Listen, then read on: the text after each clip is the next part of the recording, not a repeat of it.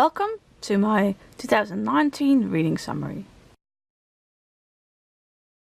In this video I'm going to talk to you about the statistics of my reading in 2019. There will be graphs and pie charts and all that. In 2019 I read 213 books. This is a bit less than I read in some of the previous years, but I am pretty happy with it. In 2019 I read 51,572 pages. As it was getting towards the end of the year, I was going for 200 plus books and 50,000 plus pages, so I am pretty happy that I achieved both of those goals. Pages wise, it is a bit less than in some of the previous years, but yeah, I'm still pretty happy that I got above 50,000 because that seems like a nice number, so yeah. This graph shows you the amount of books I read per month, and as you can hopefully see in the graph, in April, June, August and September, and also November and December, those were kind of months where I read a lower amount of books, and in January, February, March, May, July and October I read a bit more books. Some of these can be explained because I went to the library a couple of times, and then I always like to read my loans before they're due, so I feel a bit more pressure to read more sort of thing, which generally means I enjoy reading a little bit less. And in October I read also a bunch of short stories. In general though, I would say the last few months I haven't been spending as much time reading if you compare it to especially the first 3 months of the year, but I've had some other things in my month, so. And this is also the amount of books per month, but then in a pie chart. So this doesn't tell you a whole lot more than the previous graph did, but I like to include it anyway. Then we get to the amount of pages I read per month, and this graph shows that I read the most pages in May. And again, the first 3 months of the year were pretty strong, but then the amount of pages dwindled a bit more towards the end of the year, and also in April I didn't read a whole lot of pages, that is. The amount of pages I read also really depends on what kind of books I'm reading. So reading a 1,000-page adult book with just text versus reading graphic novels and illustrated children's books and things like that. So it really depends for me also what kind of books I'm reading that month. In this pie chart you can again see the amount of pages per month, but then in a pie chart. Most of the books I read in 2019 were books that were new to me, and only about 7% were rereads. One book was a combination of a new read and a reread, in the sense that this book was an omnibus of shorter stories, and I had read some of them before in other books, but the other ones I hadn't, so that's why I made that combination. And here we see the amount of new books and versus rereads per month.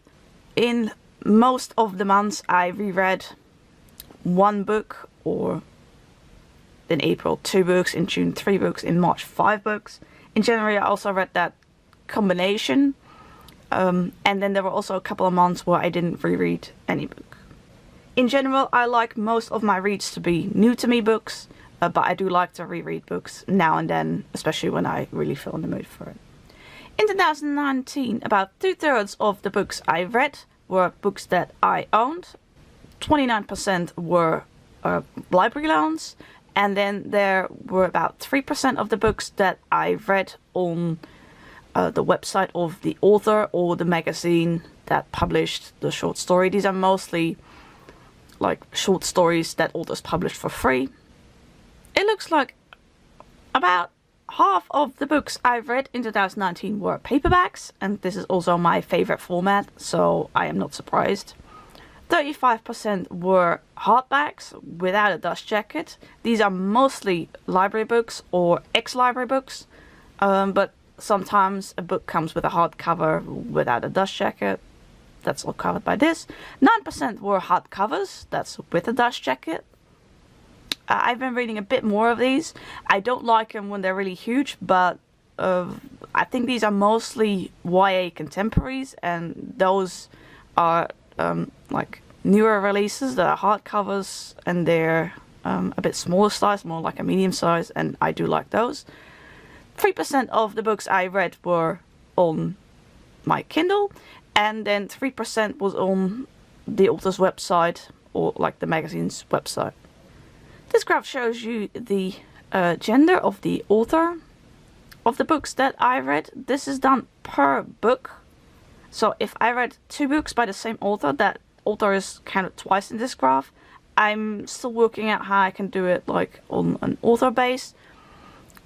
So about a third of the books that I read in 2019 were by male authors, 52% by female authors, 15% were written by more than one person, where like there was like more than one gender involved sort of thing, and 1% of the books was written by non-binary or other. And we didn't have any unknowns this time, but sometimes I can't find exactly the gender of an author, and then I put it as unknown, but it looks like we didn't have that in 2019.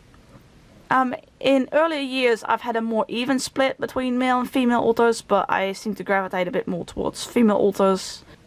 This graph, or pie chart I should say, is a little bit unclear, but it basically means the country that the author is from.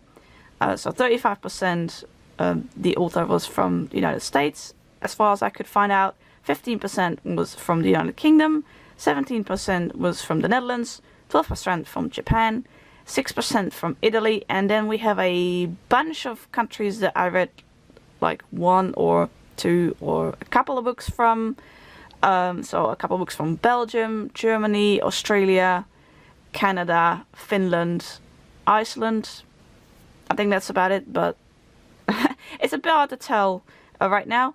And then 6% were either unknown or books that were written by multiple authors, in which like not all the authors were from the same country, if that makes sense. So that's like my unknown / combination category. And we had 6% of that. 37% of the books I read in 2019 were written by authors new to me, and 60% were written by familiar authors. 3% of the books were a combination of these, so in these cases the book was written by more than one author, and like one of them was new to me and the other one was familiar, or like it was a whole bunch of people and some were new to me and some were familiar. I always like to read some books by familiar authors and some books by new to me authors, so just the how it works out exactly differs per year, really. This graph shows you whether I read standalone books versus series books and books in a series, and I am quite surprised by this because I read exactly the same amount of standalone books as series books. Both are 42%, and both are actually also the exact amount of books. This was not something I was consciously going for or anything. I really like both. So it was just interesting that it worked out this way. 16% of the books was a combination. These are mostly like books that are part of a series, but you can read the book as a standalone. For example, some like children's book series in which they use the same characters, but it's a new story. Things like that I try to put under combination because it's not completely a standalone, but it's also not that you have to read every book in the series to read that specific one, if that makes sense. So that's covered by combination. This graph shows you what I call book type. So 61% of the books I read in 2019 were novels, 10% were short stories or short story collections, 4% was part of an omnibus of some kind, 1% was a novella, 7% were information books, 16% were biographies and memoirs, and 1% was a picture book. And I didn't read any plays this year. I've actually, I think, not read that many plays in my life, but I added that category, I think, in 2018 when I did read a play. So in this pie chart you see the books that I read per genre. 26% of the books I read in 2019 were contemporary fiction, and this is also my favorite genre if I really desperately had to pick one, so I'm not surprised by this. 22% is fantasy, 6% is science fiction, 4% is rom-com, some people call this chick lit, 5% is historical fiction, 1% is literature, 3% is detective and mystery, thrillers 3%, horror 3%, paranormal 2%, biography and memoir 15%. I do quite like to read memoirs, so that's another big slice. Information 9% and Disney 1%. And as you can see, I like a variety of genres, though I definitely read more of my favorites than of others. And just as a small remark, if, I don't know, if you were really paying attention, that information is now 9%, and in the previous graph of book types it was 7%. And that difference is due to that I read a couple of books that were part novel and part information. So they had a story, but then throughout the story there were lots of information bits.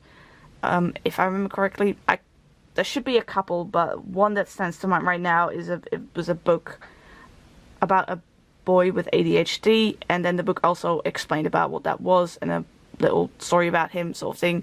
So that's where that difference comes from, because those are classified as novels in the previous graph. Yep. This pie chart shows you the genres that I read in 2019, but then based on the amount of pages I read in that genre. So, contemporary fiction is again 26%, but fantasy has now gone from 22% to 19%, which means that the fantasy books that I did read were generally a bit on the shorter end. For example, I think I read also like manga and graphic novels and some shorter fantasy books. I didn't read a whole lot of long fantasy books. Science fiction, however, has gone up from 6% to 11%, which means that the science fiction books that I read were definitely on the longer side, and that's certainly true because I read a couple of quite big, long Peter F. Hamilton books, science fiction, so that's where that slice has increased a lot. Rom-com is again 3%, historical fiction went from 5 to 6, literature is still 1, detective went from 3 to 4, thriller still 3, horror went from 3 to 2, paranormal went from 2 to 3, biography is 12%, and per book it was 15, I believe. So, like, biography and memoirs, those tend to be on the shorter side, most of them that I read. Information is 9%, and Disney is 1%.